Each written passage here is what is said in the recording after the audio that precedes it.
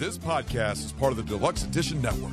To find other great shows on the network, head over to deluxeeditionnetwork.com. That's deluxeeditionnetwork.com. Hold on, stop.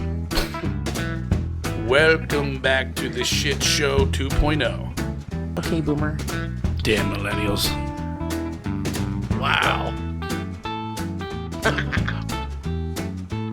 Did not know that. Even flirters who are obviously mentally ill. You want to be my wife? Oh, this is gonna go downhill real quick. What is going on? And welcome to Take on the World with Deb Doherty. what? Not John? Or John. No. And Mike D. Deb Doherty are retired, award-winning, retired Professional broadcaster. former broadcaster, retired. Extraordinaire. So all of that right there. For what it's worth. We are here in the absence of John, doing a very serious topic, and we couldn't do a serious topic with John here because he just goofs off too much.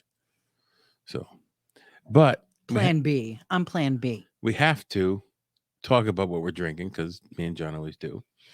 And I have a butterscotch moonshine. From our son's 21st. It was a gift from a friend.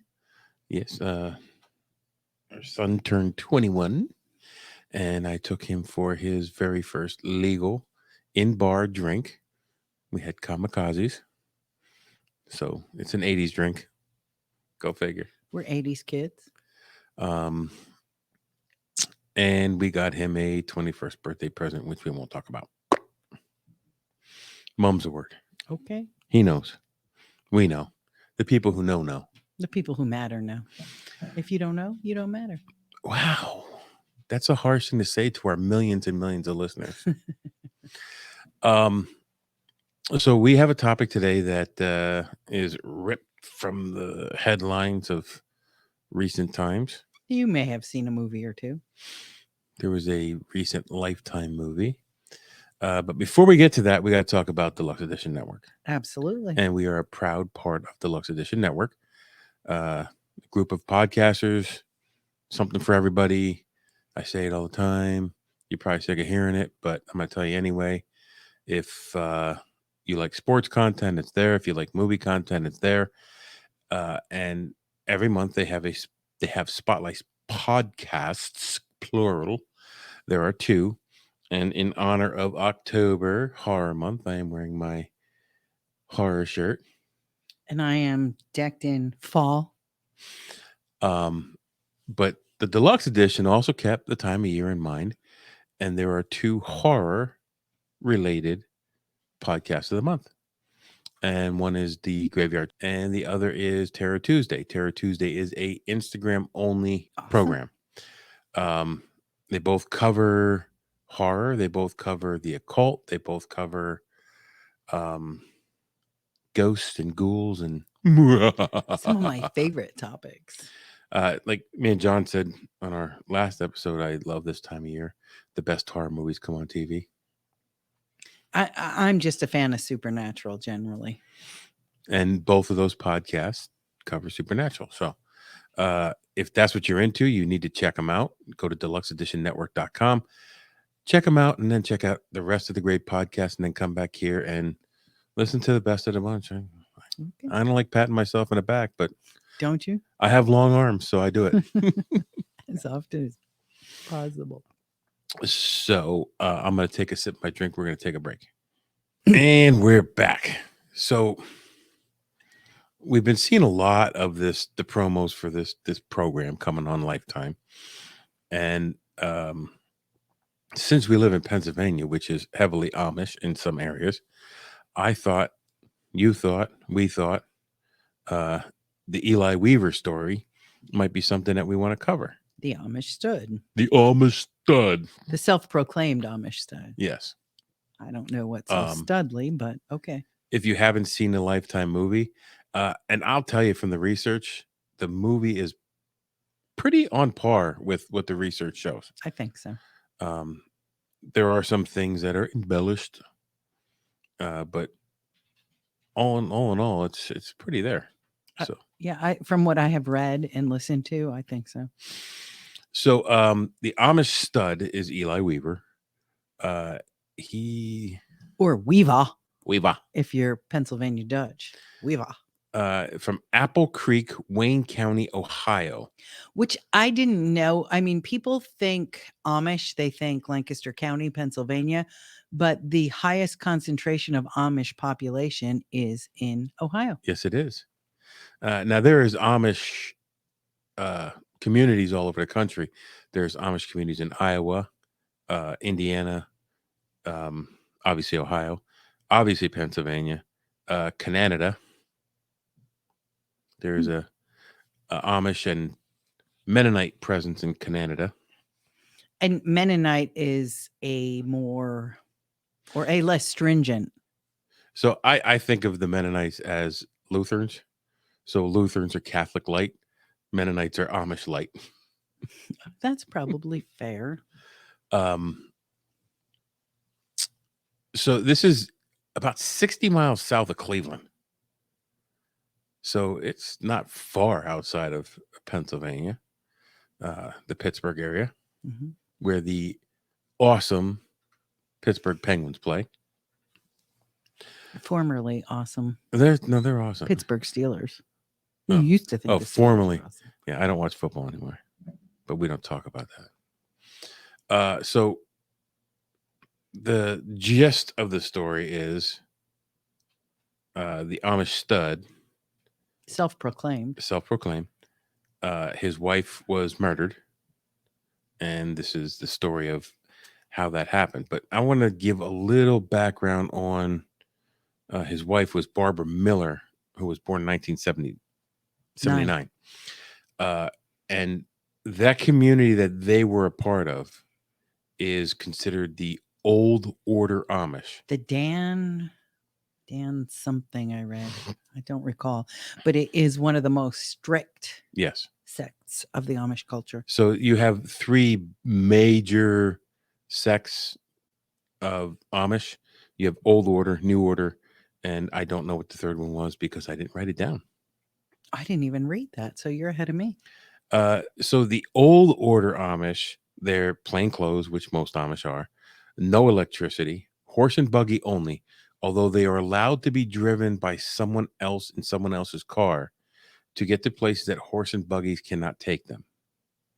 And that's their foot into the modern world. There are others. Yes. They are not allowed to own a phone or a cell phone but they are allowed to use somebody else's. And good. Well, I was going to say in a lot of the communities, there is like a phone booth or an outhouse, if you will, where there is a phone for emergencies. Yes. And because, look, living in today's world, you need to, why am I getting, it's your phone. You need to put it someplace else. You need to be able to function in the modern world. And I think the Amish understand that. I personally have a great deal of respect for the Amish. I know some people crap all over them, and there are a lot of stereotypes. Oh, they're all inbred. They abuse their animals. They do this, they do that. But I have a great deal of respect for how they hold to their beliefs. I was going to say the same thing. The dedication to their beliefs, and to living a simple life. Sometimes I think I would love that, but maybe for not long term. But I mean, that's why you go camping, right? That's why you go to the woods. You unplug. You want to get back to nature. Yeah. And basically, the Amish live through nature. Like they're not allowed tractors or motorized farm equipment. They have to. Well, the old order. No selfies. When they plow their fields, it's with the horse. Mm-hmm. And I think, they get the reputation for animal abuse and whatnot because their animals are work animals. So it's like their tractor or their pickup truck and they want it to function, but they need it to function when they say function. So like, I don't always agree with some of the things I hear but then I'm not there. I don't know. I'm just hearing shit. So they have no television, no computer, no photographs. They're not allowed to take photographs. It's not like stealing their soul, but they don't embrace that technology. Most of them have no education past the 8th grade. Especially women. Yes. And I'll say this, like my grandfather, he dropped out of school in the 8th grade. And Most of our grandparents did. yeah. Yeah. So that's like, now it may seem unusual, but back in the 30s and 40s, 100 years ago, that was accepted. Like, you were expected to contribute to your household. and I think that's what most of the community does. I mean, there is an expectation of girls that they will run their household, and a lot of their education, especially past the 8th grade, is in the home. They're taught that is their duty to raise a family and contribute to the home. And a misogynist would say that's sandwich maker training. Maybe, but that's, the other thing about the Amish community is it's a choice. Oh yeah, and we're going to get to that because Okay. Barbara Miller, during her Rumspringa, didn't really want to go out and experience this stuff. She was very devout. She was, and she embraced the Amish way of life. So, I just reading about her, I have such an admiration for her. Someone who just stuck to her values. The only shame in it is that she died because of that. Yeah. There's no shame in it. She knew who she was. She knew what she wanted. And whether or not I or anyone else agrees with how she chose to live her life, she chose that for herself. There's no more power in the world than making a conscious decision on how to live your own life. And following through with it. Absolutely. So they speak in plain language. Generally, it's either Pennsylvania Dutch or Pennsylvania German, or some Amish speak High German. That's unusual, but my grandfather was a Dutchie. Now, he wasn't Amish, but he was Pennsylvania Dutch, but he also spoke High German. He grew up on a farm. So like, a lot of these things my grandfather could relate to, because they grew up poor. They grew up, simple. And I think in the counties that we are from in Pennsylvania, I think they're more understanding of that. That's common. Yeah. Yeah. And for us being 80s kids, our grandparents grew up during the Depression. Right. So we were all kind of raised similarly. I know at my grandmother's table, the rule was take what you want, but eat what you take. Nothing was wasted. And it's a very similar culture. Well, even though I grew up with meager means, and that's what we were taught. If it's on your plate, you eat it. Like, you don't put your plate in the sink with food back on it. And you eat what was made. And that was kind of inbred in me. And I'm not saying that's why I'm as big as I am. I love food. I don't give a shit. I'll say it right out. But for the longest time, I would not let a full plate leave a table. You just don't fill your plate as much. No. They believe in non-resistance. They do not participate in military service, or engage in violent conflict, which I would question. I find that odd because spousal abuse in the Amish community is common. Is it, or is that what we're taught? Well, I'm going to say it's common, and I'll come back to it. Okay. Because later on, the church tells Barbara something, and that's why I feel that, even though it's a rumor to me, because I'm not in that community, I feel that it is an accepted thing.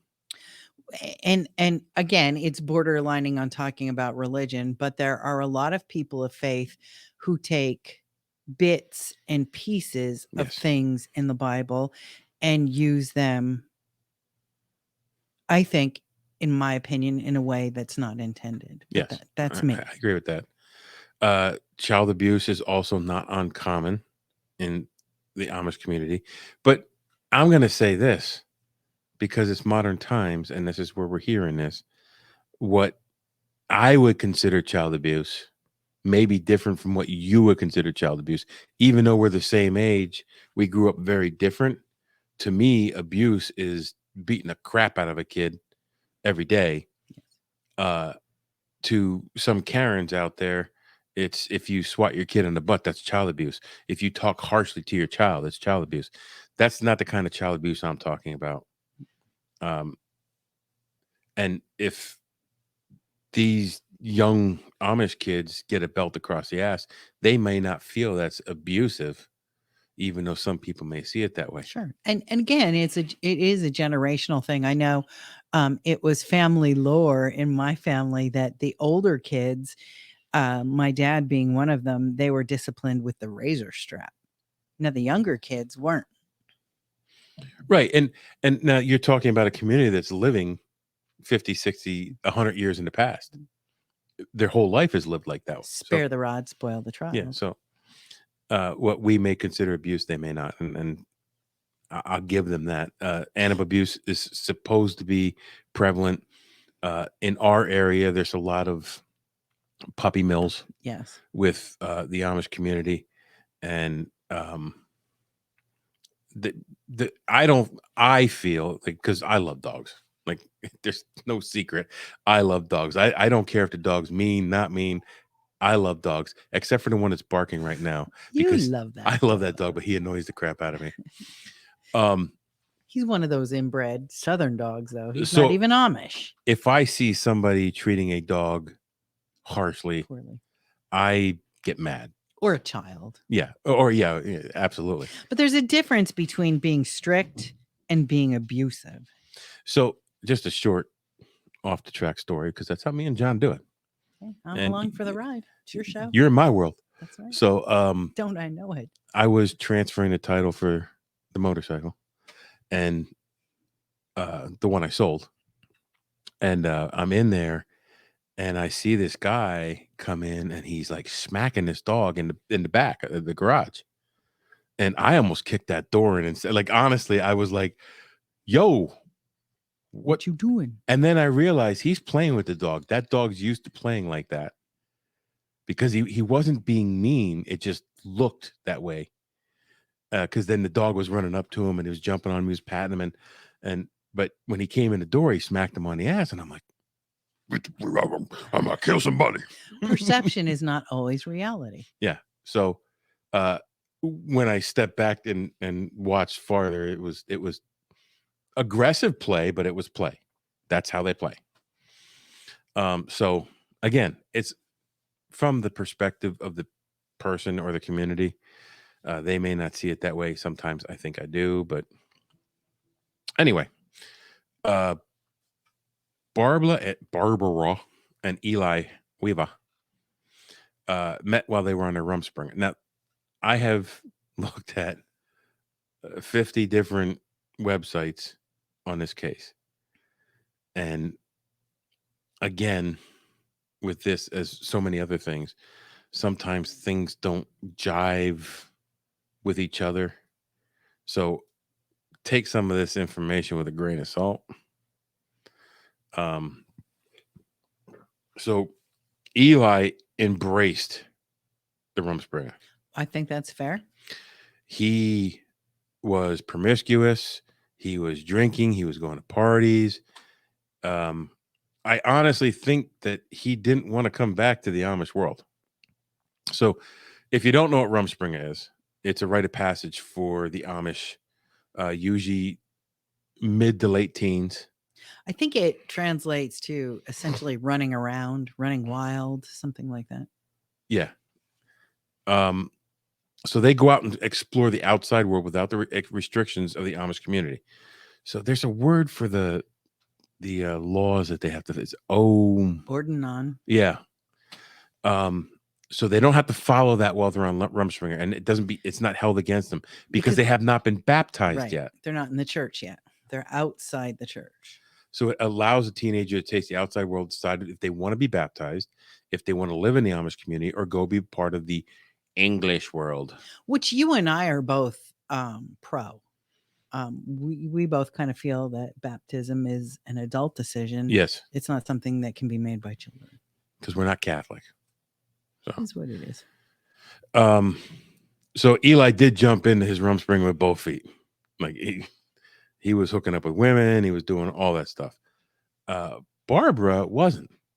Like, she was content to maybe be around some of the stuff, but she spent most of her Rumspringa reading her Bible. And her books. It was in the film. Yeah. They called them bonnet rippers. And I did read that her sister had also said she was a big fan of romance novels. And so that was her. But the rebellion. bonnet rippers were Amish romance novels. So they must have Amish writers that just write. Well, there are even in the romance world, there are, I don't want to say period books, but there are Amish stories. So they're G-rated romance books. I wouldn't read one, but that's just me. So after Rumspringa, sometime, and I am unclear because the research is so conflicting. Right. Well, she was born in 1979. I thought he was a little older than her based on the movie, but I don't know when he was born. I did not read that. So they were married, what, by 1999? So 1999, she was 20. So yeah, because they were married for 10 years. They had 5 children together. Which, again, for the Amish community, 5 is not a whole lot. They tend to have very large families. That's every 2 years. You need kids to work the farm. Yeah, truth. It's just a reality. Can't raise a barn without some kids. So during their marriage, now this is from the research, not just from the movie. The movie doesn't show it until towards the end, but according to research, he regularly cheated on Barbara with women from outside the Amish faith. He had a secret cell phone. He had profiles on dating sites, and his profile was the Amish Stud. Right, that's where the name comes from. Him. And even in his profile, he would put up shirtless profile pictures, which would be completely against the Amish faith. And his tagline was, "Who wants to do an Amish stud?" Yeah, like he was much better looking from the neck down. I don't know. You know, they're showing this. I don't know.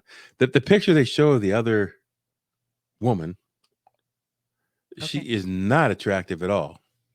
But supposedly, now I have not seen a real picture of Barbara Miller. No, because you wouldn't. There probably weren't any taken. Right. So unless they're crime scene photos. According to everybody, she was very beautiful. She was young and attractive. So I don't. Well, I don't know. I don't want to be accused of being Johnny Jump Ahead, but it seems to me from what I have read is Eli was very much into oral sex. And in Barbara's religious beliefs, that would have been a no-no. I think probably because there is a Bible verse about spilling your seed. So masturbation, oral sex, in their view, sex would be for producing children, and anything outside that would be a sin, which is why women from outside his community would have been a pull. Okay. I don't disagree with that. I think I disagree with the premise, because if you read the Psalms, it's very clear that sex is for pleasure too. But that's just my personal opinion. I don't. But now I'm taking this from the movie. I'm not taking it from, and that's why within the bounds of marriage. I did not want to watch the movie before we did this podcast because I didn't want to be confused with fiction and fact. But according to the movie, It's very, she wanted to be intimate with her husband. but she did not. And this doesn't come from the movie. This comes from her journals. And that's where I read this. He was very much into oral, and she felt that was a sin. And that's what she struggled with within her belief. She wanted to, within the community, a wife should be submissive to her husband. Yeah. And she wanted to be submissive to him, but he had some sexual Deviancy. predilections. What she would that- consider deviant. Well, yeah, but anyway, that she felt were at odds with her faith. Right. And so Cognitive dissonance. but she held her ground on that. Obviously, that's why he shot her. Had her shot. Well, he didn't shoot her. Now stop. You're Jump jumping ahead, ahead. jump Jesus, ahead. Johnny, jump ahead. It's the chair. Debbie, dance ahead. Okay. Yeah, it is the chair. It's those headphones too. So according to the research, and they did not say this in the movie, that children had seen Eli physically abuse Barbara. What I read was he pushed her around.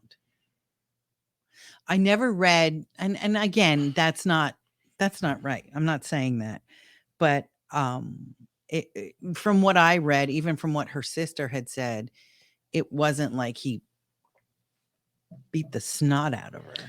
Well, I don't know. they said physically abusive, and he was also withholding money from her that she would need to care for the children and buy groceries. Now, controlling the money is a Absolutely. thing in the Amish community, but he ran a gun shop, Which was by all accounts successful. and he didn't just sell to Amish; he sold to the English too. So he was like, a gun shop in Pennsylvania or a gun shop in Ohio is making money. Well, and the other thing I think that people don't realize about the Amish community is they're very social within their community. So on I believe it's Sundays, they regularly get together for a community meal. And at some point, it's one woman's responsibility to essentially run that meal. And he would withhold money so she couldn't afford to do that, which would bring shame on her. Right, because he was never frowned upon for it. It always came down on her. That the woman was doing something. Yes. Well, even well. I mean, in that community, things tended to be the woman's fault, but it's which really not is just not that community. It's not too far from the truth. I'm just saying. Like I said, it's not just that community. Even generally, people tend to ask, "Well, what'd she do?" So her sister wanted her to report the abuse to the elders, The bishop. and this, according to an Amish leader, she would have been asked, "What did you do that your husband would treat you like this?" So even with the abuse or to whatever extent it was, or the withholding of money, she would have been asked, "Well, hold it. What are you doing wrong?" Well, then because you're not raised to talk like that. Why wouldn't she just say, "Well, he wants a blowjob, and you tell me I can't do that"? I think, even in that community, she felt if she reported him, he could end up facing consequences that would ultimately come back on her. If he was shunned from the community, she would have no means to support her kids because women were homemakers, not workers. She couldn't run the gun shop on her own. Right. Like the gun shop would go back to his family. And I think at the time of her death, their oldest son was only 9. Yeah. He just had a birthday the day before she died. So she was in a very difficult situation, I think. Barbara struggled with the marital issues. She wrote in a letter to her counselor. Which she did. So, yes, she struggled, but even having a counselor, and she did seek counseling for herself. But even that was against her beliefs. And because her husband told her, he knew about it at one point, and he told her she couldn't keep going. And yet she continued. So she was getting disobedient, rebellious.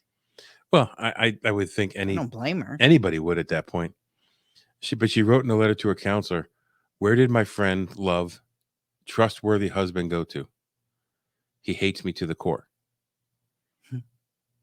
So that tells me, though, at one point, she must have felt they had a healthy relationship at one point. wait, it doesn't seem like that, though. Well, that's just from the research. But in her mind, at one point, they must have. Eli, twice during their relationship, during their 10-year marriage, left the marriage and the church and to live as English. Mm-hmm. And both times he came crawling back within a few months and begged for forgiveness. Now, so he wouldn't have a means to make money if he left the church. Well, he would, but he'd have to be creative. Right. But the gun shop was his family's. His father's. Yeah. His father set it up for him to run. So if he steps away from the church, that would be taken from him. Probably. So like that's the build up to everything. But people do leave the Amish community and go on to have successful lives if that's what they choose and want to do. Right. They find that the rules and whatnot are just too stringent for them, and they don't want to do it. Like some of them leave the Amish community, become Mennonite. Mm-hmm. That's very well. That's Barbara Raber's story. Amish light.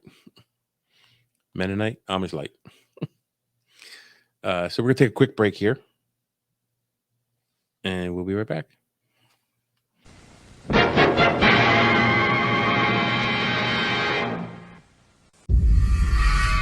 Are you looking for a place for all things horror and don't know where to go? Well, you've came to the right place, my friend. We are the Graveyard Club podcast. For all your horror needs, visit us on YouTube and Spotify, and you can follow us over on Instagram at the Graveyard Club Pod. See you there. Ciao.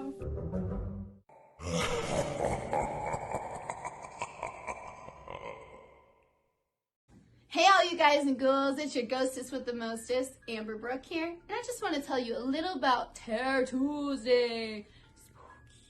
Well, Terror Tuesday is an Instagram live show where I talk about horror, conspiracy theories, serial killers, supernatural stuff, and so much more. And I discuss it with some super special horror-loving guests. So if you like blood, gore, spooky, scary stuff with a hint of comedy, Terror Tuesday is for you. You can tune in on my channel, amber.brook32, to catch one. Tune in, or else.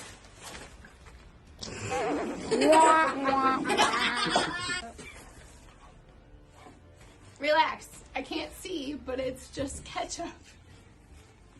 Nope, that's blood. I want to talk about Copper John's. Oh, Beard care. Oh, yes, sir. I bought the. I know, that's why I wanted to do this, because I know you bought the soap. I don't remember what the name of the soap was. You kind of caught me off guard.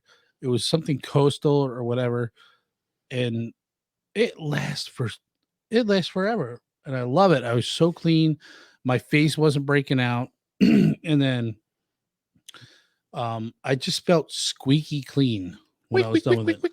You know what I mean? Like you don't I know feel what you like mean. greasy, and you can use it. I used it on my hair, face, whatever. And then when I got out of the shower, I usually don't have to shave because these little pubes don't grow too fast.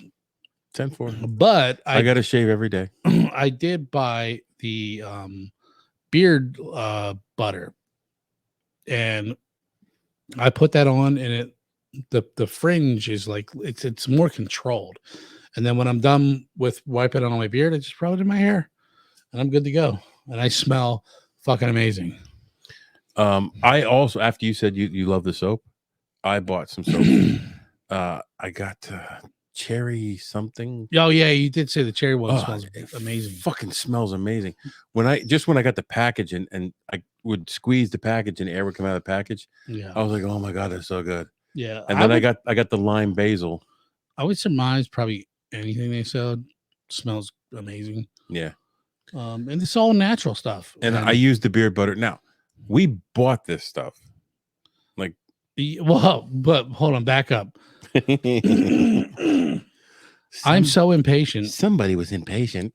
I bought the stuff even though somebody has a discount code. And that discount code is going to be right up top here.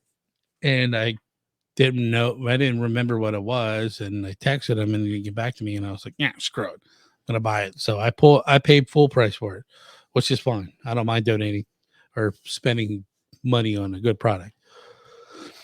And what I got was a awesome product. Now, I have said this before. Everybody has their favorite beard and soap and whatnot. I was using Duke Cannon soaps, and I like them. See, I did not like them. I did. I didn't like them. Oh, too bad for you. I didn't think the smell did not. It wasn't strong, and it didn't stay. Yeah, it didn't hold. But the Copper Johns, the scent stays with you. It stays. So everybody has their favorite. We like these. We bought these. We're using these. If you have a beard or pube hairs on your face, and or you're looking for a decent soap to use, check them out. And you could check them out and get the discount. And listen, I'm a big guy, and I got to shower regularly, and sometimes the stuff you get at the store just does not do the trick. You stink after you shower, and this stuff, I guarantee you will not smell after you will smell great after you shower. Truth. So check out Copper Johns. I have a direct link for the discount in the description, and I have the discount code above us if you just want to go to their website and check it out.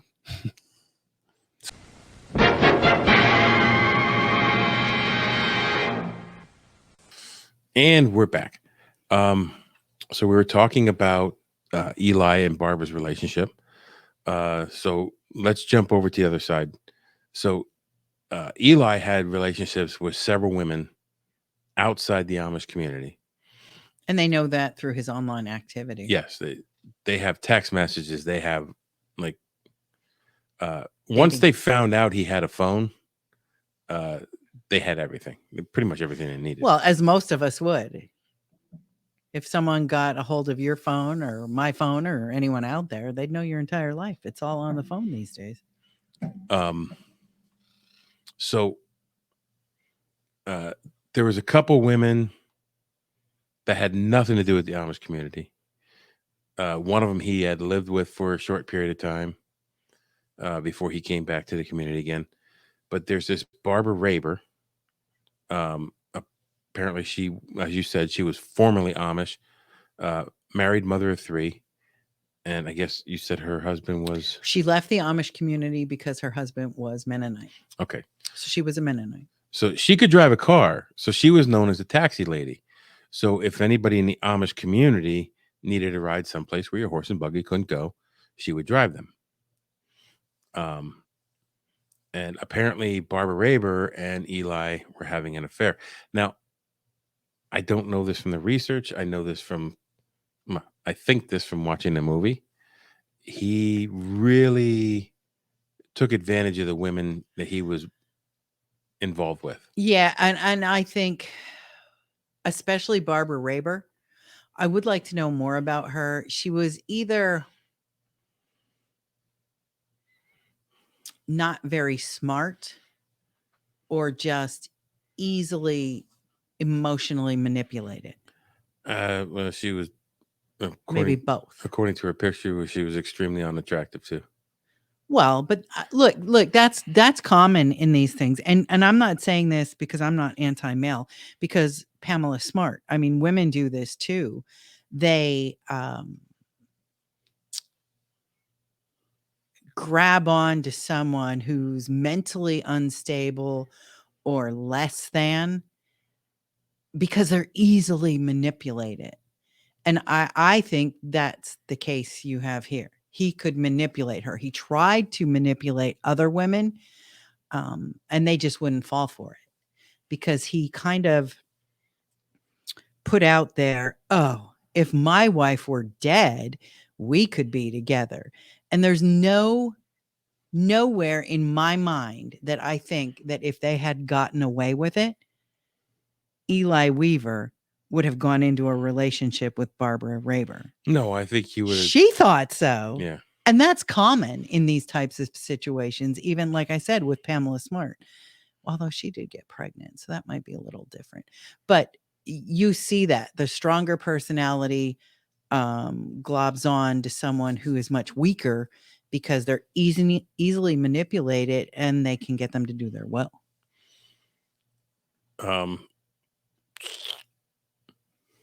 And he did talk to her because they have it in text messages. And he did talk to the other women about essentially, well, I don't know if it was actually so blatant as, would you kill my wife? Or if I killed my wife, or if my wife were dead, then we could be together. Right. And she just ate that up, which is. But when she was questioned, she told the police that their relationship had ended 6 months prior to everything happening. Which wasn't true because the text messages prove otherwise. Right. And they didn't know that because they didn't have his phone. Until they found it because it was in her name. Right. The phone was registered in her name. So the movie says she put him on her family plan. She wasn't the brightest bulb. Well, apparently her husband wasn't either. I don't know that from any research, but the movie made him out to be a dullard. Yeah. The fact is that Eli and Raber had talked about getting rid of his wife. Mm-hmm. And like, she was like, oh, really? We could be together if that happened? We could poison her. Yeah, we could poison her. What about that bug poison? Yeah, medication or what kind of poison do farmers use to kill bugs? And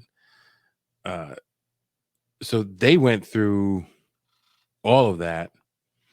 And in fact, there was an attempt prior to the successful attempt. Now, I don't know how much heart was put into that attempt. They tried to do it with was it medication or was it the poison? In the movie, it was medication. Right, but I think someplace I read it was the poison. And it failed. So, they even talked about burning down the house. And he didn't really care if the kids were. Barbara said, well, what happened? What if the kids are in the house? Well, they'll go to heaven because they're innocent. Like wanting to kill your wife is one thing, but wanting to kill your children? Cognitive dissonance. No, that's research it. So there were text messages going back and forth. He basically talked her into, look, here, I'm not gonna be here this day, so I'll have an alibi. Mm-hmm. Why don't you just show up and shoot her? Where did the gun come from? Did they ever say? Because I never read that. Well, it did not come from his gun shop. They did say that. Really would have been stupid. It wouldn't have been really because. Well, if she had broken in, but she didn't. No. There were no signs of forced entry or anything. But if the gun had come from his gun shop and it was, you don't have to transfer or register a long gun. It was a shotgun. It was a 410 shotgun that killed her. He sells to the Amish community. So that would not be odd that a Mennonite would go to an Amish gun shop to get a gun. Like, that could be explained away. Other things couldn't. I like the text messages. The text messages, you couldn't get away from them.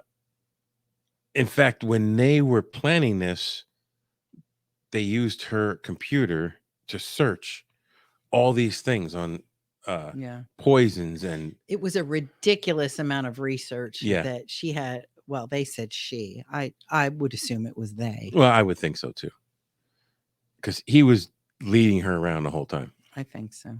That's in these types of situations, though. That's common, whether it's a man exerting influence over a woman or a woman over a male. That's just what happens. So he made plans to go fishing with a Mennonite friend, and the Mennonite friend came to the house to get him. Took him a while to get up. Came out. They went fishing, and the whole time he made comments while they were fishing that aroused suspicion in his friend. Well, I had read this in the official case because it was referenced in the movie, and it is true. There was a thunderstorm that night, and she had her kids and her sister's kids that night, and some of the children were in bed with her, and I guess Eli had come home and he did take the kids out of the bed and put them back in their room that night, which they should be. So well, they heard Just saying. Their son was, I guess, sleeping in the living room adjacent, and well, the son wanted to stay up for him. he He wanted to see his dad. He had heard what he thought was thunder, and they assumed that was the shot. So in that case, he was home when it happened. Maybe. And I think he left at 4 a.m. to go fishing. Mm-hmm. So it may have been after 4 a.m. that the son heard that. Either way, some kids were there. Somebody came in the house, kids in the house. If you're going to kill me, I hope at least our kids aren't around. She was shot with a 410 shotgun at 4:30 a.m. So he left at 4:30. It's right around the same time. He told her where to park. Right. He told her what to do. Raber admitted to going to the home with the shotgun and said, I never intended to kill her. The gun went off accidentally. I never intended for anything to happen, but when it did, I was like, oh, crap. Mm-hmm. So she doesn't seem like she's really smart. No, because then later on she changes her story and said, oh, I don't even remember. But she was, at the same time she didn't remember, she was telling on herself. Mm-hmm. So now the police are trying to put this together. What was the date of the murder? June 2009. Right, but it's on my phone. I can't get it. Let me look at this other thing here. Did I say at the top here when it happened? No. I'm trying to put the timeline together with June 2nd, 2009. Okay. One of her kids found her. Right. So the oldest son found her, went over to the neighbor, said, hey, there's something wrong. They go to the community phone. They go to the community phone. They call the police. Police come. They're trying to get a hold of him. There's no way to get a hold of him, the husband, Eli. And he's just fishing with his buddy, having a good time. During the investigation, they found out about Barbara. They found about the other women, but they couldn't, without the text messages, they couldn't pin nothing to him. Mm-hmm. Eli and Raber had known each other for about 10 years, about the same amount of time he knew his wife, and they had been in a on and off sexual relationship for about 6 of those 10 years. So I'm looking for timeline here. Accidentally went up, blah, blah, blah, blah, blah. Furthermore, a voicemail left for Eli on June 3rd said, Eli, you can run, but you can't hide. We'll get you. Obviously, we made him. Oh, so he tried to fake this phone call with this fake voicemail on the community phone. So since it's a community phone, somebody else would get it and then come back and give him the message. And that's what they said. You can run, you can hide, but obviously we made a mistake last night. We got the wrong person. Yeah. Trying to make it seem like there was some kind of illicit business deal, like even casting a shadow on himself to make himself look innocent. Mm-hmm. Did you hear that? Is that a siren? I don't know. I heard Jack's Oh, no, back that's the backup beeper on the truck. there. I did not read much about the actual court, I did read a little bit about it. about what happened. It didn't seem to take long. But I'm trying to find out when he was arrested. It seems there was an overwhelming amount of evidence. So Raber had bought the 410 shotgun in November of 2008. In the end, Eli pled guilty to being complicit in the murder in August 2009. Agreed to testify against Barbara Raber. In September 2009, then 29, he was sentenced to 15 years to life in prison. Now, he is up for parole June 6th of next year. I hope he never gets 2024. What he took from those kids, from her family, from her community, I hope he never gets out. So he is currently incarcerated in the Grafton Correctional Institution in Lorain County, Ohio. Will we perhaps learn a little bit more about that facility at some point? Nah, Oh. that was nothing. County facility? No, that's that'd be the state. Oh. Ohio State facility. At Reber's trial, the defense claimed that Eli was a manipulator as well as the killer, which I very much believe he's a manipulator. Oh, absolutely. But she obviously killed Barbara. Actually, obviously killed Barbara. Mm-hmm. Nevertheless, she was found guilty of aggravated murder in October 2009. She was 39. She was sentenced to 23 years to life behind bars. She is serving her time in Ohio Reformatory for Women in Marysville, Ohio. You won't hear nothing about that one either. And she is due for parole on June 4th, 2032. Almost on the anniversary. So I'll be retired for 7 years, huh? I won't be. Unless you win the lottery. Yeah. Then it's Costa Rica, baby. Yeah, I kind of rushed through this, but there's not a whole lot of information about this. Not Because it's so new and current. And what's 2009? That's still a good chunk of time ago. I think a lot of it has to do with the closeness of the community. Absolutely. Because the community leaders didn't want to participate in the investigation, the bishop. He basically said, we'll handle this ourselves. Yeah. And they can't. But they wouldn't out and out obstruct the investigation, but they wouldn't help it in any way. It seems to me that her sister did. Well, from the movie. Well, not only that, her sister did turn the diary over. And Barbara Weaver's diary was very specific. Oh yeah, she really kept notes. So, what she was told by her counselor was, what you need to do is you need to keep a diary. You need to keep a journal of every transgression that he makes, with times and dates. Be as specific as you can. And when the time comes, you can give that to the bishop, and they can't deny if you're very specific. And unfortunately, it didn't help her in that area, but it did help the police investigation into her murder. Well, I have to say this is a situation where the Amish community let her down.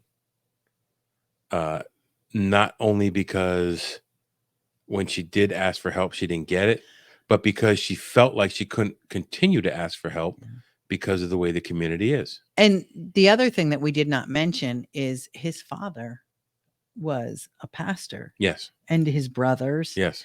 Very involved in the community and probably protected him for a long time. I'm not saying they protected him against this murder, but I'm sure they looked the other way. His father was very instrumental in bringing him back to the community, getting him the house, the business, basically saying, look, forgiveness is a part of our religion. So, which is true. I'll forgive you, but you have to never do it again. And then he did. And then he forgave him again. And he brought him back, set him up, and he continued to do it. He just didn't get caught again or there was enough rumor and people talked. Well, But when you don't have a TV, you don't have radio, gossip is your pastime. and they've said this in the movie, but I also know from the Pennsylvania Dutch and the Mennonites, and I work with a Mennonite gentleman, and well, I don't talk to him about that kind of thing. Listening to him tell stories, the rumor mill is alive and well in the Amish community. They're great storytellers because that's what they have. For sure. That and bonnet rippers. Bonnet rippers. I love that. That's pretty much it. And it's sad because I would really have liked to get more in depth into the planning of this, but you're right. The community's so closed. And I just want to know, it's 2009. I would love to know that her children are okay, that her sister got custody of them and they were loved. Her sister would have got custody, period. That's how the community is. They would have went to the sister. And there'd be no shame on them because they're still innocents. Right. Just like Eli said, well, if they die in a fire, they'll go to heaven because they're innocent. So yeah, because there's a whole family here that was lost because of two people's selfishness, or I don't know. I'm too judgy. But I'm gonna throw pictures up of him and her, Barbara Raber, and there's no pictures of the wife, unfortunately. But I just don't see. I think, what I take away from this is Barbara Weaver just must have been a beautiful person inside and out. And she is someone who I think I would have liked to have known. Well, you see her sister was willing to go against the church and the wishes of the church to give the diary to the police, which she was basically told not to do. But even from a religious standpoint, a standpoint of faith, justice is very prevalent. And I'm sure that's what she was looking for, justice for her sister. Well, she couldn't help her with that in her day-to-day life. She sure as hell was going to make sure she got it in her death, and they did. So that is the Amish Stud. The Amish Stud, the Eli Weaver story. I would say the Lifetime movie is worth a watch. It's pretty accurate from what I've read. It's close to most. Like while we were watching the movie, first I said I wish I wasn't watching this before we did the podcast. But as we were watching, I'm like, well, yeah, they did say that, and they did like my research showed that, and my research showed that. Now they didn't say that, but you could see how that could be thrown in the mix. But again, like you said, it's the Amish community, and they're not going to speak on these things to the English. So there is one more thing I know you found very interesting before we wrap. So Eli Weaver's attorney recalls seeing about 150 Amish people show up to Eli Weaver's murder trial when he was allocuting. So he sat in the witness box, and he looked out and saw all these Amish in the courtroom, and basically they said it was standing room only. Like there were no seats left. There were people standing in the back against the wall. And when he sat in the witness box and looked out at them, they all turned their head and looked away, which I thought was like, okay, a statement by the Amish community. Look, you're done. Shunned. The attorney described Eli as being deflated and physically shamed by that. As he should be. But for someone who wasn't living in the Amish community for real, he was living in two worlds, and he couldn't choose between them. He wanted his cake and eat it too. But I thought that was pretty interesting that now all of a sudden the Amish want to show up and, okay, now you're shunned. But when they could have helped Barbara, they didn't. Or she felt she couldn't go to them because of the Or ways of the none. community. I don't know.